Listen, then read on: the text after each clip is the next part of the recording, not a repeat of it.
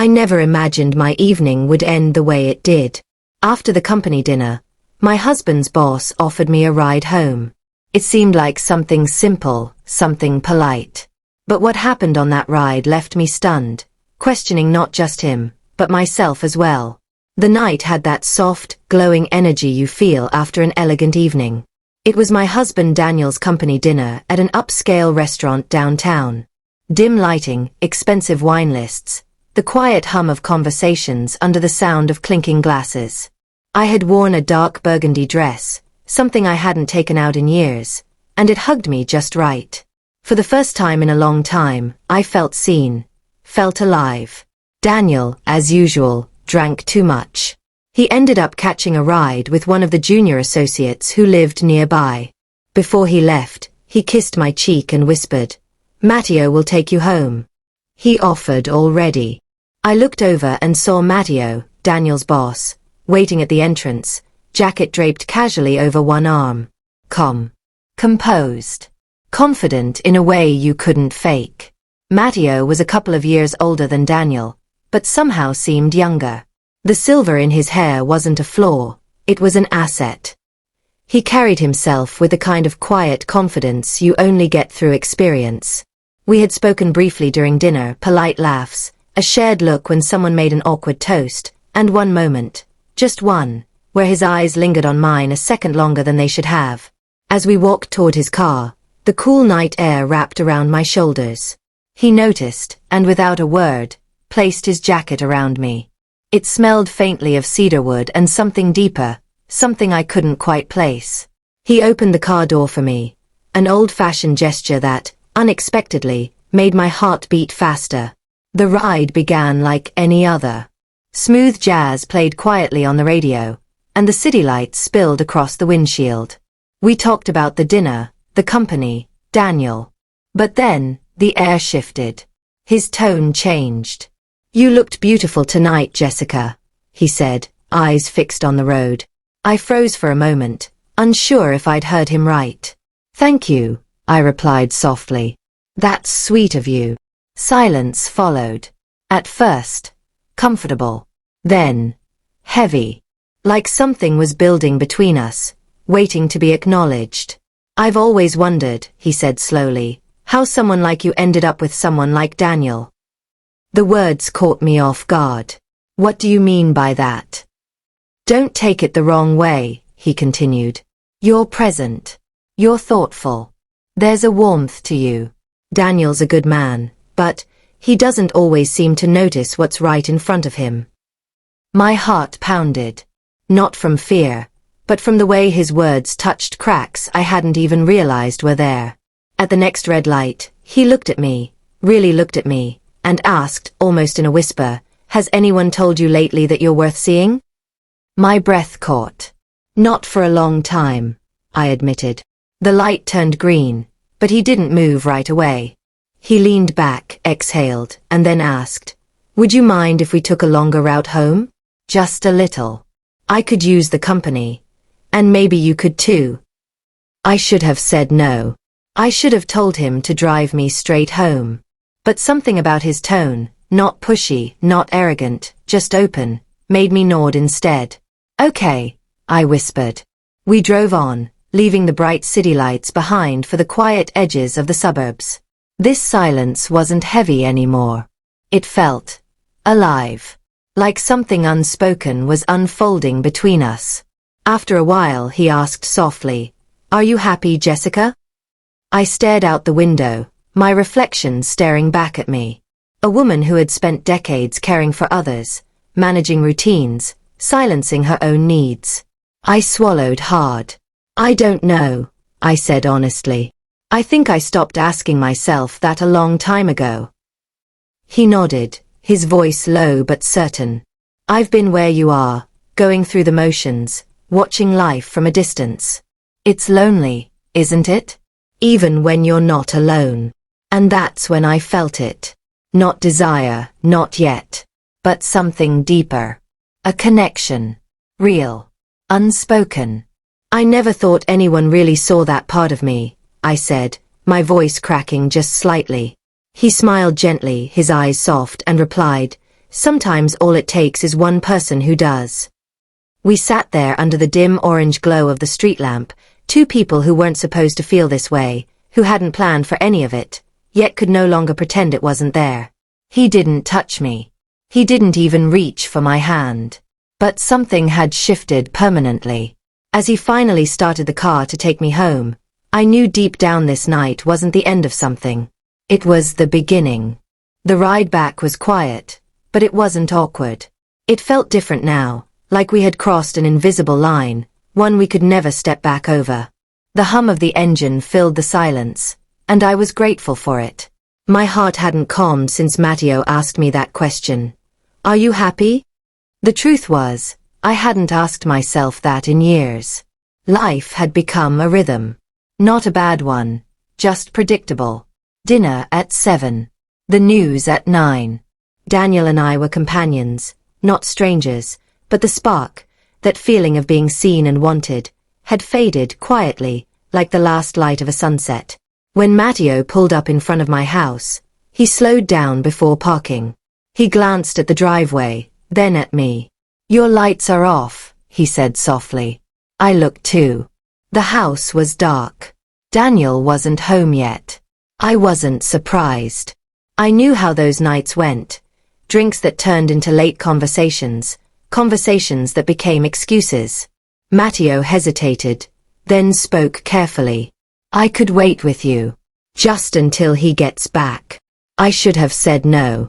I knew what it might look like. But the thought of stepping into that cold, silent house alone felt heavier than I wanted to admit. I hesitated just long enough for him to understand. I'd like that, I whispered. He parked at the curb and turned off the engine.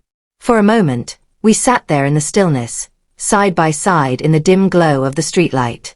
It felt as though the world itself had paused for us, giving us space.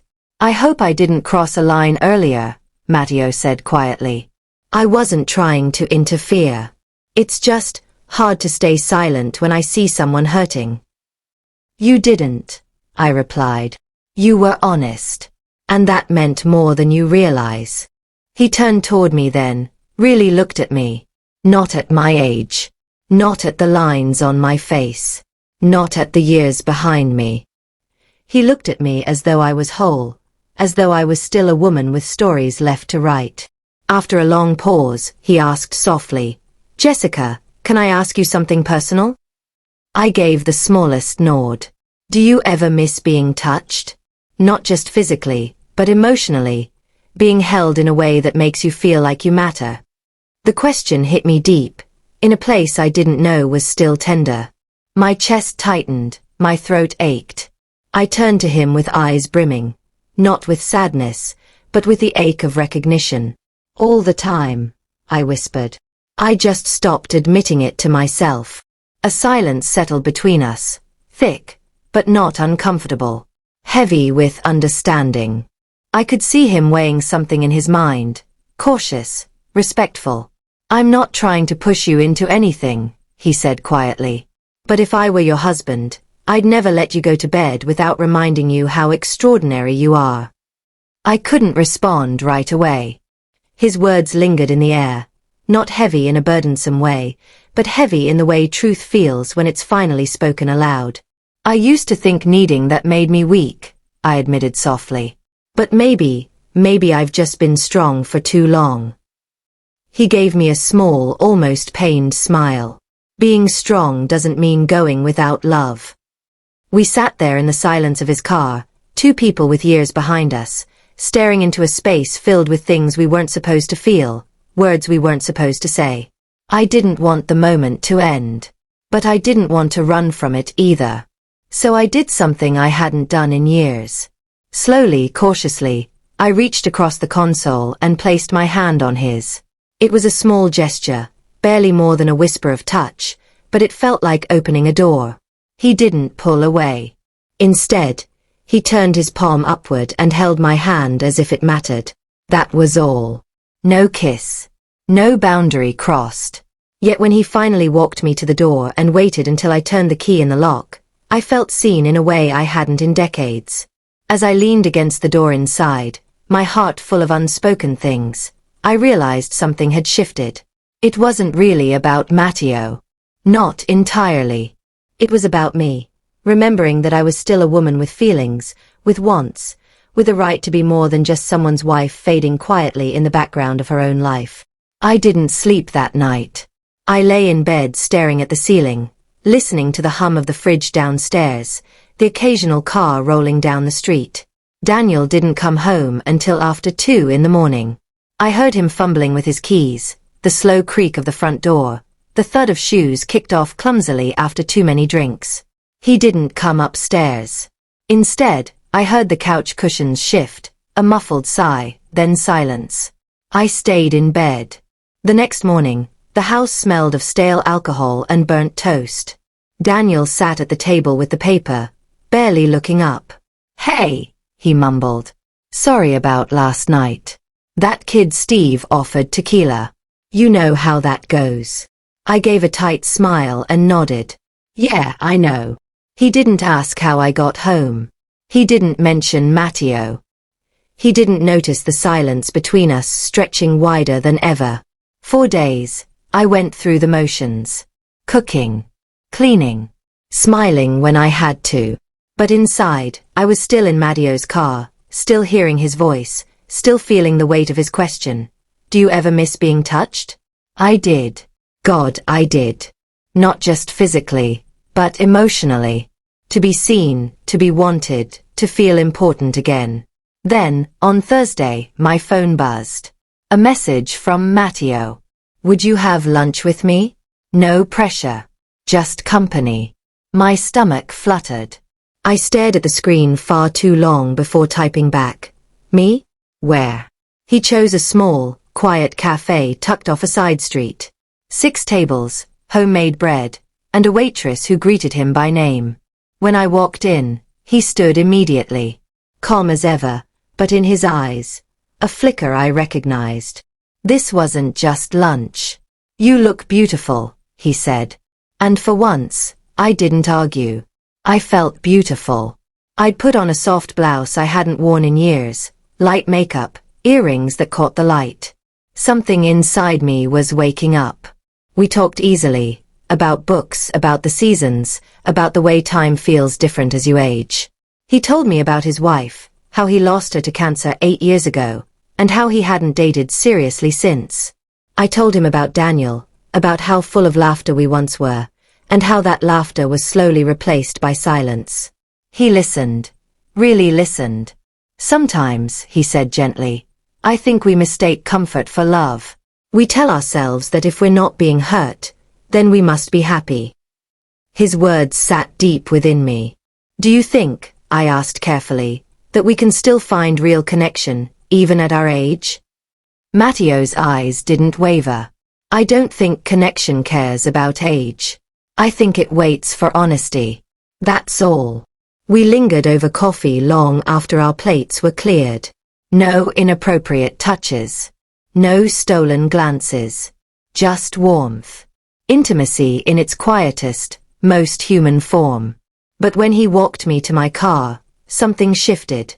He opened the door for me, like before. I turned to thank him, and for a moment, our eyes locked. I don't know who moved first. Maybe both of us. But suddenly, our foreheads were gently touching. His hand rested just above my elbow. Mine found the side of his face. We didn't kiss, but everything about it felt like the beginning of one. When I pulled back, breath caught in my throat, I saw the question in his eyes. "Jessica," he said softly, "I would never do anything to make you uncomfortable. But I won't lie to you either. I care about you deeply. And if there's ever a day you want more than words, I'll be here." My throat tightened. I opened my mouth, but no words came. So I just nodded. Driving home, the truth weighed on me. I wasn't in love with Matteo. Not yet. But something in me had awakened. Not yet. But I was coming alive again, feeling again. And part of me didn't want to let go of that. When I walked into the house, Daniel was on the couch, same as always, the TV murmuring, a half-finished beer in his hand. He glanced at me, then back at the screen. "You were gone long," he said. "I had lunch with a friend," I replied, setting my keys down. He didn't ask who. He didn't even turn down the volume. I stood there watching him, and something quietly heartbreaking settled over me. I could disappear for hours, and he wouldn't notice. Matteo had noticed. And suddenly, I realized I had a choice in front of me. Either continue sleepwalking through the rest of my years, or take a terrifying step into something unknown, something true. And deep down, I already knew which way I was starting to lean. The next few days passed in a haze of quiet realizations. It's strange. Once you start to feel again, you can't unfeel. It's like a light has been turned on in a room you didn't even realize was dark. Everything seemed sharper now. The silence between Daniel and me was louder. The absence of affection more obvious. The routines we followed felt less like comfort and more like resignation. One night, while we were eating dinner, grilled chicken, rice, steamed vegetables, the same meal I'd made 100 times, I tested the waters. "I'm going to visit my sister next weekend," I said. Daniel nodded, barely lifting his eyes from his plate. "Tell her I said hi." That was it. No, "I'll miss you." No, "Do you want me to come?" Not even a why. I hadn't lied. I really was going to visit my sister. But only for a night. After that, I wasn't sure yet. Matteo hadn't asked for anything, hadn't suggested more than what was already between us. Honest conversation, gentle respect, and something I had forgotten how much I needed, emotional presence. Friday morning, I packed a small bag. Told Daniel I'd be back Sunday. He barely responded, mumbling something about a game on TV and whether we had enough beer. As I drove away, I felt something unexpected. Not guilt, but clarity. For so many years, I had been taking care of everyone else's needs, keeping everything in place, that I had forgotten to ask what I needed, what I wanted. I didn't call Matteo. I didn't even tell him I was coming. I just drove. I stayed with my sister that first night. We had wine, we laughed, and for the first time in weeks, I felt light again. She looked at me over her glass and said, "You look different, Jess. Lighter. What's going on?" I just smiled. I'm remembering who I am. The next afternoon, I found myself driving back toward the city, taking the long, winding roads. Around 5, I ended up near that little cafe again. I hadn't planned it, but my heart seemed to know the way. I parked across the street near the small park with the old bench under the tree. And there he was. Matteo sat reading, and when he looked up, his expression didn't shift in surprise. Instead, it softened, like he had been waiting. I walked toward him slowly, heart unsteady but feet sure. "I didn't expect to see you," he said gently, closing his book. "I wasn't planning to come," I whispered. "But you did," he replied softly. I nodded. "I didn't come here to make promises I can't keep. I didn't come for anything I'm not ready for." "I know," he said, steady as always. "I wouldn't ask you to."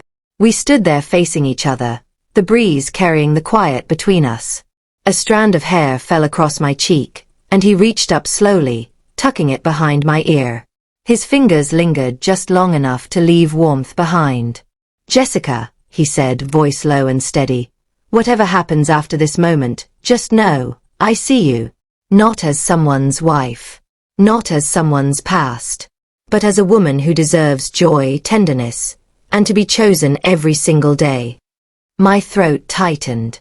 "I'm not used to being chosen anymore," I whispered. "Then let this be the first time in a long time," he said softly, "where you choose yourself." And there, under the soft evening light, something shifted again. Not a dramatic explosion of emotion, not a reckless leap, but a calm, grounded truth. I stepped forward, closing the space between us. Not because I was trying to escape something, but because I was finally walking towards something that felt real. He reached for my hand, and this time, I didn't hesitate. We sat together on the bench, not touching much, not needing to. The closeness was enough. We talked for hours, about our pasts, our regrets, our hopes. He never pressured, never assumed. He was simply present. And that, more than anything, made me feel whole. When he walked me back to my car, I turned to him. I don't know what comes next, I admitted. I still need time. I still need space to figure out what I want. Matteo smiled. I'm not going anywhere, Jessica. Take all the time you need. I'll be here. Not waiting. Just open. That night, I drove home. Daniel was asleep on the couch, the TV still on. I turned it off, placed a blanket over him, and stood there for a moment, looking at the man I had once loved so deeply. And maybe, in some ways, still did. But I knew now that love isn't just about loyalty or longevity. It's about attention, presence, and choice. And for the first time in years, I was choosing me. As I lay in bed that night, I didn't feel sad. I didn't feel guilty. I felt something far more precious. I felt alive. And in the soft quiet of my room, I smiled to myself. This was just the beginning.